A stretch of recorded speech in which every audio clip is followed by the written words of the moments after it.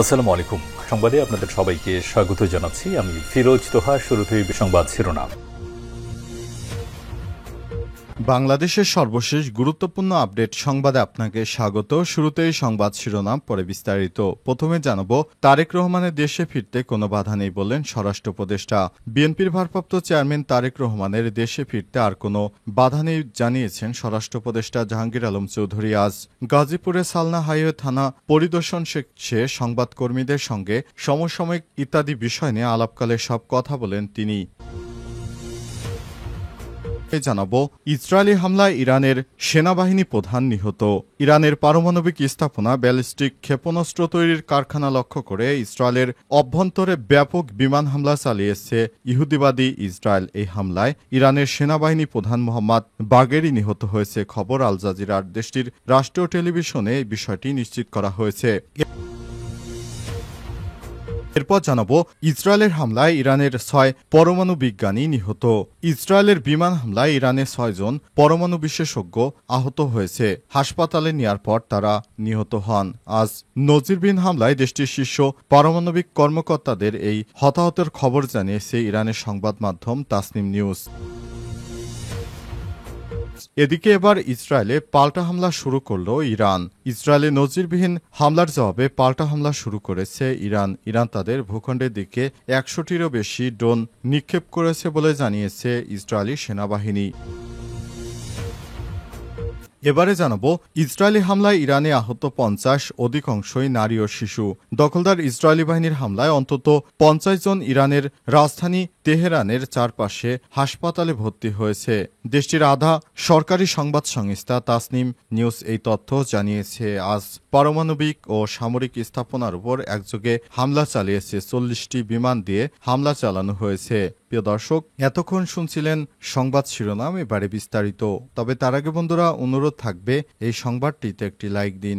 এই চ্যানেলে আপনি নতুন হয়ে থাকলে আমাদের সংবাদটি দেখতে দেখতে চ্যানেলটি সাবস্ক্রাইব করে রাখুন। কমেন্ট করে বন্ধুরা আপনার মূল্যবান মতামত জানিয়ে দিন আপনি বিশ্বের কোন দেশ থেকে বা বাংলাদেশের কোন স্থান থেকে আমাদের সংবাদটি দেখছেন এবং শুনছেন। এবারে বিস্তারিত। তারেক রহমানের দেশে ফিরতে কোনো বাধা নেই বললেন স্বরাষ্ট্র উপদেষ্টা। বিএনপির ভারপ্রাপ্ত চেয়ারম্যান তারেক রহমানের দেশে ফিরতে আর কোনো বাধা নেই জানিয়েছেন স্বরাষ্ট্র উপদেষ্টা জাহাঙ্গীর আলম চৌধুরী। আজ গাজীপুরে সালনা হাইওয়ে থানা পরিদর্শন শেষে সংবাদকর্মীদের সঙ্গে সমসাময়িক ইত্যাদি বিষয় নিয়ে আলাপকালে সব কথা বলেন তিনি। এ সময় তিনি বলেছেন, আমরা তারেক রহমানকে দেশে আসতে বারণ করছি না, বরং তারেক রহমান নিজেই দেশে আসেনি। কি কারণে দেশে আসেনি সেটি তিনি ভালো বলতে পারবেন। তবে এ বিষয়ে কোনো মন্তব্য করতে রাজি হয়নি বিএনপির পক্ষ থেকে কেউ। বিএনপির পক্ষ থেকে বারবার বলা হচ্ছে তারেক আজ আসে কাল আসে, কিন্তু এখনো তারেক আসছে না। সেই যে 17 বছর ধরে লন্ডনে পলাতক রয়েছে বিএনপির নেতা, এখনো দেশে ফেরার সাহস পাচ্ছে না।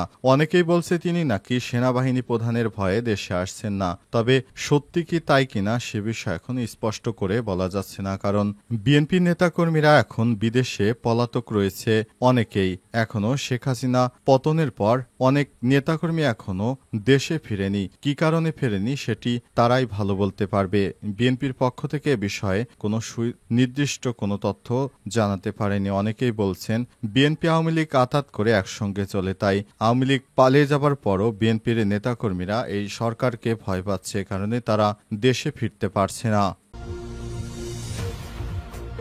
ইসরায়েলি হামলায় ইরানের সশস্ত্র বাহিনীর প্রধান নিহত।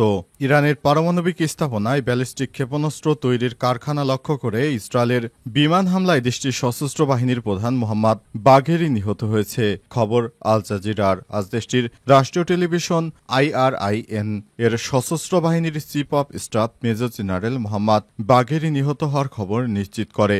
এছাড়াও দেশটির ইসলামী বিপ্লবী গার্ড বাহিনীর IRGCর প্রধান কমান্ডার হুসাইন সালামি, জ্যেষ্ঠ 2 পরমাণু বিজ্ঞানী ফেরেদুন আব্বাসী ও মোহাম্মদ মেহেদি তেহরানসি এবং খতম আল আম্বিয়া কেন্দ্রীয় সদর দপ্তরে কমান্ডার নিহত হয়েছে।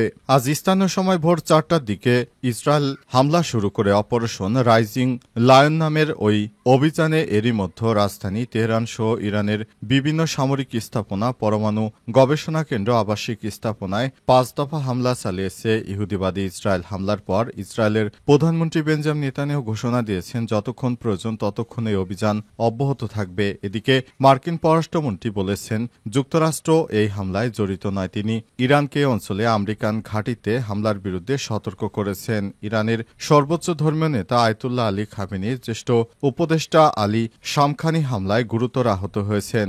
দেশটির সংবাদ মাধ্যম জানিয়েছে।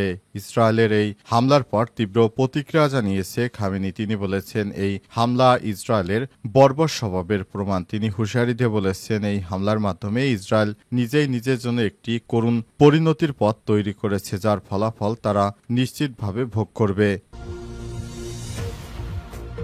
ইসরায়েলের হামলায় ইরানের 6 পরমাণু বিজ্ঞানী নিহত।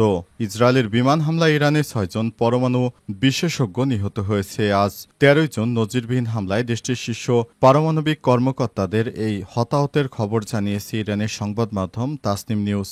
ইসরায়েলের হামলায় নিহত পরমাণু বিজ্ঞানীরা হলেন আব্দুল হামিদ, আহমেদ রেজা, আমির হুসাইন, মোতালেব মোহাম্মদ, মেহেদি হাসান, ফেরেদুন আব্বাসি। এছাড়াও ইরানের সশস্ত্র বাহিনীর প্রধান মোহাম্মদ বাঘেরি, বিপ্লবী গার্ডের প্রধান হোসেন সালামি সহ দেশটির 3 শীর্ষ সামরিক কর্মকর্তা নিহতের খবর পাওয়া গেছে। ইসরায়েলের প্রধানমন্ত্রী বেঞ্জামিন নেতানিয়াহু বলেছেন ইরানের পারমাণবিক স্থাপনা নাতানজেতে হামলা চালিয়ে বিজ্ঞানীদের লক্ষ্যবস্তু করেছে ইসরায়েল। তিনি আরও বলেছেন যতদিন পরমাণু সক্ষমতা পুরোপুরি ধ্বংস করতে সময় লাগে ততদিন ইরানের বিরুদ্ধে অভিযান অব্যাহত থাকবে। ইরানের গণমাধ্যম আরও জানিয়েছে পারমাণবিক সক্ষমতার অন্যতম উপাদান ইউরেনিয়াম সমৃদ্ধকরণ বন্ধ করার জন্য ইরানের সাথে যুক্তরাষ্ট্রের চলমান আলোচনার মাধ্যমে হামলা চালালো তেল আবিব। এদিকে তেহরানের প্রতিশোধমূলক ক্ষেপণাস্ত্র ড্রোন হামলার আশঙ্কায় জরুরি অবস্থা জারি করেছে ইসরায়েল। পাশাপাশি বেসামরিক নাগরিকদের নিরাপদ স্থানে সরে যাওয়ার নির্দেশ দিয়েছে তেল আবিব। জানা গেছে নতুন করে ইরান হামলা চালাতে পারে।